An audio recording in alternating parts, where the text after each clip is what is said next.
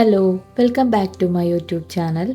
2 ആഴ്ച മുന്നേ ഞാൻ ചെയ്ത ഒരു കസ്റ്റമൈസ്ഡ് വർക്കിൻ്റെ ഫുൾ വീഡിയോ ആയിട്ടാണ് കേട്ടോ ഞാൻ ഇന്ന് നിങ്ങളുടെ മുന്നിൽ എത്തിയിട്ടുള്ളത്. ഈ ഒരു വർക്കിൻ്റെ ഷോർട്സ് വീഡിയോ നിങ്ങളെല്ലാവരും കണ്ടിട്ടുണ്ടാവും. ആ ഒരു വീഡിയോ ഞാൻ സെയിം ഡേ തന്നെ പോസ്റ്റ് ചെയ്തിട്ടുണ്ടായിരുന്നു. ഷോർട്ട് വീഡിയോസ് നമ്മൾ കസ്റ്റമറിന് കൊടുക്കാനും കൂടി ഉള്ളതായതുകൊണ്ട് അത് അന്ന് തന്നെ എഡിറ്റ് ചെയ്തിട്ട് റെഡിയാക്കും കേട്ടോ. നമ്മൾ ലോങ് വീഡിയോ ആകുമ്പോൾ അതിൽ ഈ ഒരു സൗണ്ട് റെക്കോർഡിംഗ് ഒക്കെ വരുന്നതുകൊണ്ട് തന്നെ അതിങ്ങനെ മടിച്ച് താമസിച്ച് പോണതാണ് കേട്ടോ. യൂട്യൂബിൽ ഞാൻ ലോങ് വീഡിയോ അപ്ലോഡ് ചെയ്യാൻ തുടങ്ങിയപ്പോൾ വിചാരിച്ചിട്ടുണ്ടായിരുന്നത് 2 ദിവസം കൂടുമ്പോൾ ഓരോ വീഡിയോ ചെയ്യാമെന്നാണ് കേട്ടോ. പക്ഷേ ഓരോ സാഹചര്യങ്ങൾ മാറി വരുന്നുണ്ട്. വീഡിയോ ഒക്കെ ഒരുവിധം എടുത്ത് വെച്ചിട്ടുണ്ട്, പക്ഷേ ഒന്നും എഡിറ്റ് ചെയ്യാനുള്ള ടൈം കിട്ടാത്തതുകൊണ്ട് അങ്ങനെ ഫോണിൽ കിടക്കുകയാണ് കേട്ടോ.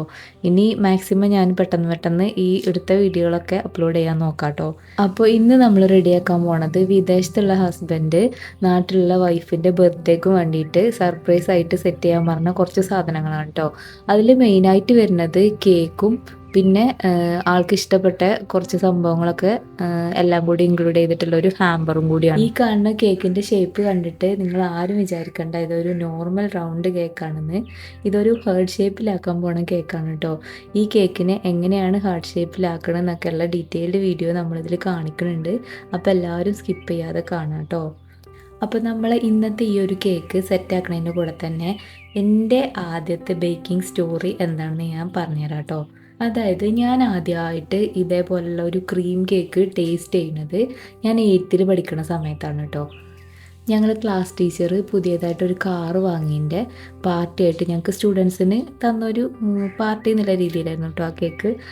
അതായത് ഒരു 60 സ്റ്റുഡൻസൊക്കെ ഉണ്ടായിരുന്നു. ഞങ്ങൾ 60 പീസായിട്ട് കട്ട് ചെയ്തിട്ട് വാങ്ങിച്ച ഒരു റെക്റ്റാങ്കിൾ കേക്ക് ആയിരുന്നു കേട്ടോ. അന്നൊന്നും ഇതെങ്ങനെ കുക്ക് ചെയ്യാന്നുള്ളതിനെ പറ്റി ചിന്തിച്ച് നോക്കിയിട്ട് പോലും ഇല്ല കേട്ടോ. അപ്പോൾ ഇനി ഞാൻ നേരത്തെ പറഞ്ഞ ആ ഒരു കഥയിലേക്ക് വരാം. ഏകദേശം 2016 2017 കാലഘട്ടത്തിലാണ് കേട്ടോ ഞങ്ങൾ ആദ്യത്തെ ബേക്കിംഗ് പരീക്ഷണം നടക്കുന്നത്. ഞങ്ങളെന്ന് പറഞ്ഞാൽ ഞാനും എൻ്റെ 3 നാത്തൂന്മാരും. അതായത് അംബാനി ജിയോ സിം ലോഞ്ച് ചെയ്തത് ഈ ഒരു 2016 കാലഘട്ടത്തിലാണ് കേട്ടോ. ആ ഒരു സമയം നിങ്ങൾക്ക് ആർക്കെങ്കിലും ഓർമ്മ ഉണ്ടോയെന്ന് എനിക്കറിയില്ല. എനിക്ക് നല്ല ഓർമ്മയുണ്ട്.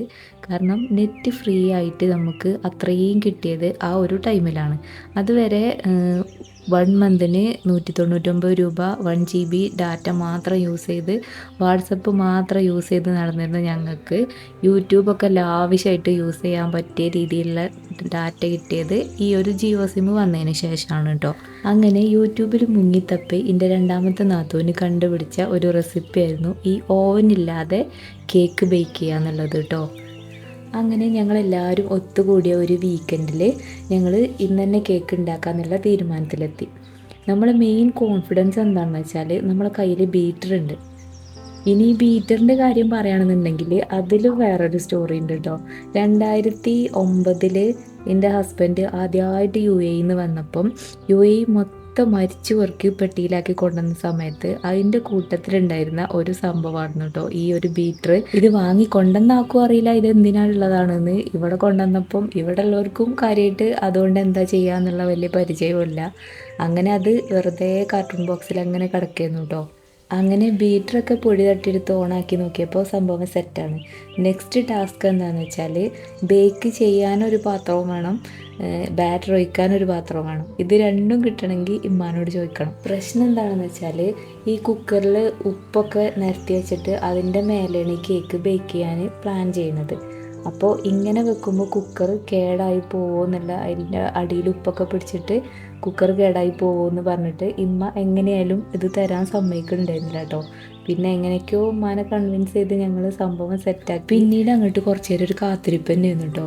അതെങ്ങനെയാണ് പറയാന്ന് വെച്ചാൽ ഈ ലേബർ റൂമിൻ്റെയൊക്കെ മുന്നിൽ കാത്തിരിക്കണ ഒരു അവസ്ഥയല്ലേ, ആ ഒരു അവസ്ഥയായിരുന്നു കേട്ടോ ഞങ്ങൾക്ക് 4ആൾക്കും. കാരണം കുട്ടിയായ കേക്കും പെർഫെക്റ്റായിട്ട് കിട്ടണം. ഇത് വെച്ച കുക്കറായ അമ്മക്കും ഒന്നും സംഭവിക്കാൻ പാടില്ല. ഇതിലേതെങ്കിലും ഒന്നിന് എന്തെങ്കിലും സംഭവിച്ചു കഴിഞ്ഞാൽ ഇമ്മ ഞങ്ങൾ ശരിയാക്കും. അങ്ങനെ ഞങ്ങൾ ആത്മാർത്ഥമായിട്ടുള്ള പ്രാർത്ഥനൻ്റെ ഫലമാണോ അതോ ഇനി ഞങ്ങൾ വെച്ചത് ശരിയായിട്ടാണോ എന്നറിയില്ല. ഞങ്ങൾക്ക് കേക്കൊക്കെ ഒരു 3/4 മണിക്കൂർ കഴിഞ്ഞപ്പോൾ തന്നെ പെർഫെക്റ്റായിട്ട് കിട്ടിയിട്ടോ. ഒരു പോറൽ പോലും ഏൽപ്പിക്കാതെ ഇമ്മാൻ്റെ കുക്കർ ഞങ്ങൾ തിരിച്ചു കൊടുത്തു കേട്ടോ. അപ്പോൾ ഇതാണ് ഞങ്ങളെ സംഭവബഹുലമായ ഫസ്റ്റ് ബേക്കിംഗ് സ്റ്റോറി. നിങ്ങൾക്കും ഇതേപോലുള്ള ബേക്കിംഗ് അനുഭവങ്ങളൊക്കെ ഉണ്ടെങ്കിൽ കമൻറ്റിലൂടെ ഒന്ന് ഷെയർ ചെയ്യൂ കേട്ടോ. നമ്മൾ ബേക്കിംഗ് സ്റ്റോറി കംപ്ലീറ്റ് ആയതിൻ്റെ കൂടെ തന്നെ നമ്മൾ കേക്കിൻ്റെ വർക്കും ഏകദേശം കംപ്ലീറ്റ് ആയിട്ടുണ്ട്. ഇനി ഇതിനൊരു ഡെക്കറേഷനാണ് കൊടുക്കാനുള്ളത്. ഇത് നമ്മൾ ഒരു റെഫറൻസ് പിക്ക് വെച്ചിട്ടാണ് കേട്ടോ ഈ ഒരു വർക്ക് ഫിനിഷ് ചെയ്യണത്. ഇത് കസ്റ്റമർ തന്നൊരു റെഫറൻസാണ്. അപ്പം അത് മൊത്തം ഈ കേക്കിൻ്റെ മുകൾ ഭാഗം മൊത്തം റോസ് പെറ്റൽസ് പോലെ ഫുൾ കവർ ചെയ്ത് നിൽക്കുന്ന രീതിയിലുള്ള ഒരു കേക്കായിരുന്നു ആൾ റെഫറൻസ് തന്നിട്ടുണ്ടായിരുന്നത്. അപ്പോൾ അതാണ് ഇപ്പോൾ ഞാൻ സെറ്റ് ചെയ്തുകൊണ്ടിരിക്കുന്നത് കേട്ടോ. അതായത് ഒരു 4 റെഡിൻ്റെ തന്നെ 4 ഷെയ്ഡ് കളേഴ്സാണ് ഞാൻ അതിൽ യൂസ് ചെയ്തിട്ടുള്ളത്. ആദ്യം ഡാർക്ക് റെഡ് കൊടുത്തു, പിന്നെ അതിനേക്കാളും കുറച്ച് ലൈറ്റായിട്ട് കൊടുത്തു, പിന്നെ അതിലും കുറച്ച് കൊടുത്തു, പിന്നെ ലാസ്റ്റ് ആയപ്പോഴത്തേന് വൈറ്റൊക്കെ ആവണം എന്നാണ് ഞാൻ ഉദ്ദേശിച്ചിട്ടുണ്ടായിരുന്നത്. പക്ഷേ ഫസ്റ്റ് ടൈം ആയതുകൊണ്ട് തന്നെ ഇത് ഞാൻ ക്രീം എടുത്ത അളവൊക്കെ കുറച്ച് കൂടിപ്പോയി. അപ്പോൾ അതുകൊണ്ട് ലാസ്റ്റ് ആയപ്പോഴും എനിക്ക് ആ ഒരു റെഡ് ഷെയ്ഡിൽ നിന്ന് വൈറ്റിലേക്ക് അങ്ങോട്ട് നല്ലോണം മാറാൻ പറ്റിയിട്ടില്ല. എന്നാലും ഏകദേശം തന്ന റെഫറൻസ് വീക്ക് പോലെ തന്നെ ഞാൻ കംപ്ലീറ്റ് ചെയ്ത് കൊടുത്തിട്ടുണ്ടായിരുന്നു കേട്ടോ. ഇനി അതിൻ്റെ മുകളിൽ കുറച്ച് വൈറ്റ് കുഞ്ഞു കുഞ്ഞു വൈറ്റ് ബീഡ്സും കൂടി വെച്ചിട്ട് ലാസ്റ്റ് ഡെക്കറേഷൻ ഒന്ന് കംപ്ലീറ്റ് ചെയ്യണം. അതും കൂടി ചെയ്ത് കഴിഞ്ഞപ്പോൾ കേക്കിൻ്റെ ഫൈനൽ ലുക്കായി. നല്ല ഭംഗിയുണ്ടായി കേട്ടോ കാണാൻ. ഇത് ക്യാമറയിൽ കാണുന്നതിനെക്കാട്ടിലും ഭംഗിയുണ്ടായി നേരിട്ട് കാണാൻ.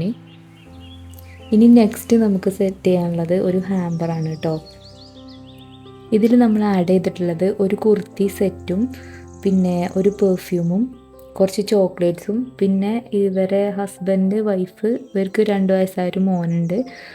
ഇവർ 3 ആളും നിൽക്കണ ഒരു ഫോട്ടോ ഫ്രെയിമും അങ്ങനെ പിന്നെ കുറച്ച് ഫ്ലവേഴ്സും കൂടി സെറ്റ് ചെയ്തിട്ടാണ് ഈ ഒരു ബോക്സ് അറേഞ്ച് ചെയ്തിട്ടുള്ളത്.